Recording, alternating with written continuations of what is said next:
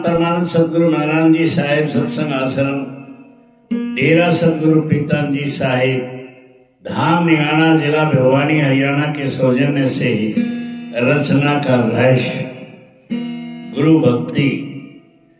आज्ञा या आदेश का पालन करना ही भक्ति है। गुरु की आज्ञा का पालन करना गुरु भक्ति है। गुरु भक्ति दो प्रकार की है, एक बाह्य भक्ति, दूसरी आंतरिक भक्ति। एक बाह्य भक्ति संत या सदगुरु के आज्ञा अनुसार बाहर से जो पालन अथवा उसकी सेवा की जाती है उसे बाह्य गुरु भक्ति कहते हैं।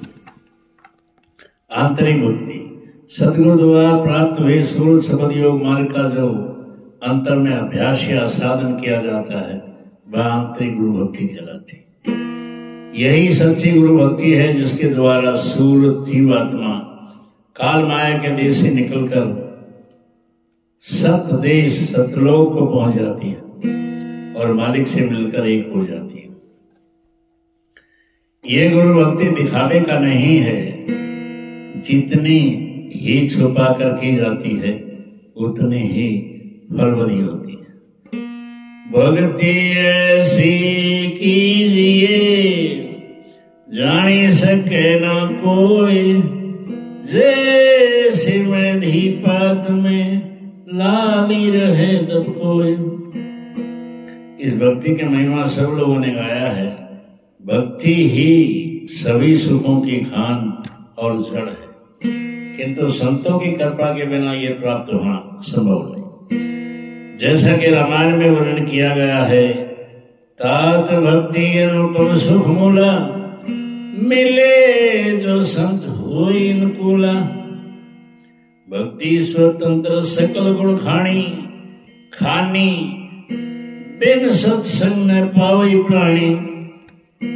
भक्ति सरिता के समान है, उसी सरिता की सराहना की जाती है जिसमें जल धारा निरंतर बहती रहती है।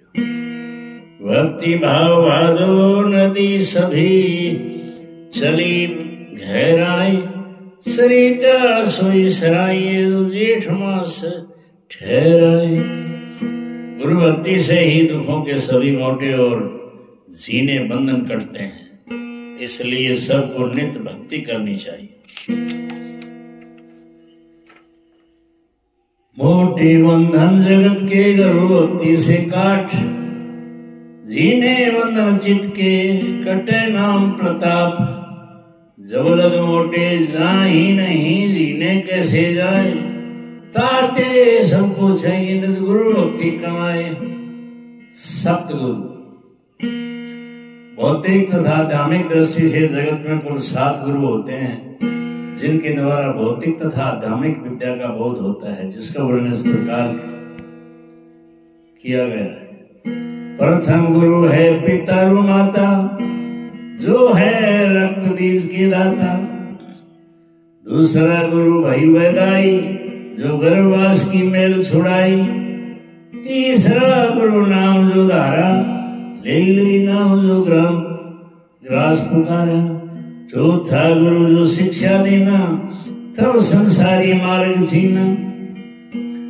पंचवा गुरु जो दीक्षा देना, राम कृष्ण का स्मरण कीना। छठवां गुरु गर्भ सब तारा, ओकार से नाता जोड़ा। सप्तवां सदगुरु शब्द लखाया, जहां का जीव तहां पहुंचाया। इस प्रकार से 7वां गुरु सदगुरु सर्वोपरि माना गया है, जिसके द्वारा जीवात्मा का सच्चा उद्धार होता है। प्रसाद या चरणामृत। प्रसादी प्राय 3 प्रकार से बनती है, दृष्टि डालकर, हाथ से छूकर, जबान से चख कर। आमतौर पर सदगुरु की दृष्टि द्वारा अथवा उनके हाथों स्पर्श कराकर जो प्रसादी बनाई जाती है वह बांटी जाती है। सदगुरु के जबान द्वारा चखकर जो प्रसादी बनती है उसे केवल प्रेमी सत्संगी जनों को ही दी जाती है, जिन्हें हृदय से चाहे। सात्विक आहार। आत्म कल्याण हेतु भक्ति मार्ग पर चलने के लिए साधक अभ्यासी का खान पान शुद्ध और सात्विक का होना अति आवश्यक। बिना इसके इस मार्ग पर चलना संभव नहीं, क्योंकि मन, बुद्धि और विचारों पर हमारे खान पान का बड़ा गहरा असर पड़ता है। जैसा खावे अन्न वैसा होवे मन, जैसे पीवे पानी वैसी होवे वाणी। इस प्रकार हम जैसा आहार ग्रहण करेंगे वैसा ही हमारा मन, बुद्धि और विचार बनेगा तथा वैसा ही कार्य होगा। सात्विक आहार, इसमें अन्न, फल, दूध, घी, साग सब्जी इत्यादि आते हैं।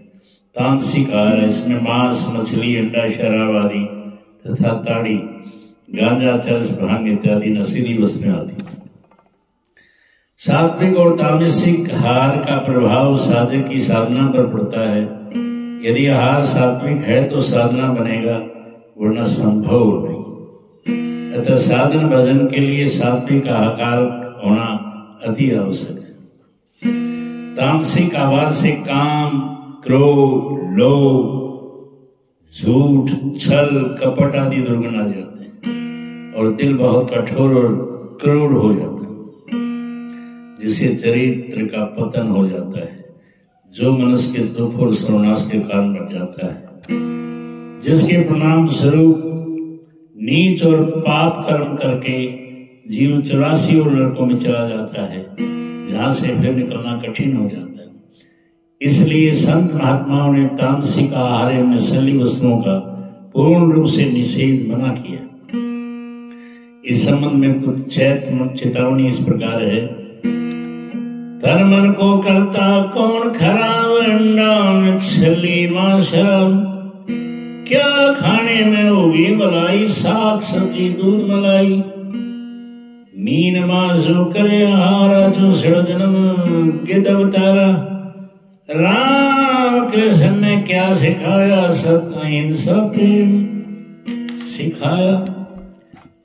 शाकाहारी मांसाहारी प्राणियों का प्रकृति द्वारा विभाजन, जीवों के गुण कर्म तथा उसकी प्रकृति के अनुरूप अनुकूल ईश्वर ने समस्त प्राणियों को जीवित रखने के लिए संसार में विभिन्न प्रकार के आहार सामग्रियों को उत्पन्न किया है, जिसको ग्रहण करने के लिए प्रकृति ने प्राणियों को 2 प्रकार से विभाजन किया है, जिनके लक्षण निम्न है। मांसाहारी प्राणी, शाकाहारी प्राणी।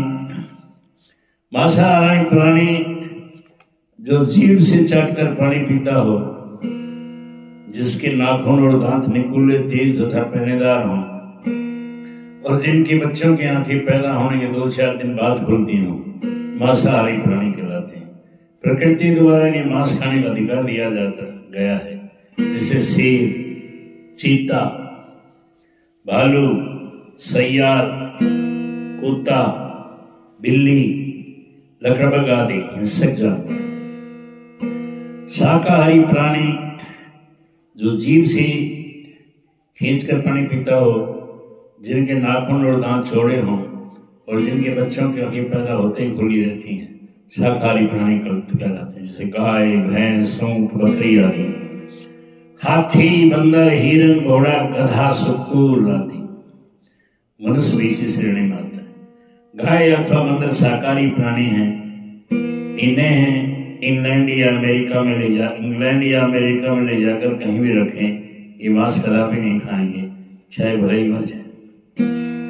मनुष्य ही श्रेणी में प्राणी है और ये आश्चर्य होता है कि बंदर या गधा मांस कभी नहीं खा सकता, जबकि मनुष्य विभिन्न जीवों को सड़ा गला दुर्गंध युक्त मांस, मछली, अंडा सब कुछ खाने लगा है और अब वह मनुष्य कहलाने का अधिकारी भी नहीं रहा। मनुष्य में विवेक तथा विचार शक्ति है, किंतु पशुओं में नहीं। इन दोनों में श्रेष्ठ है, ये समझने की बात है। आनंद।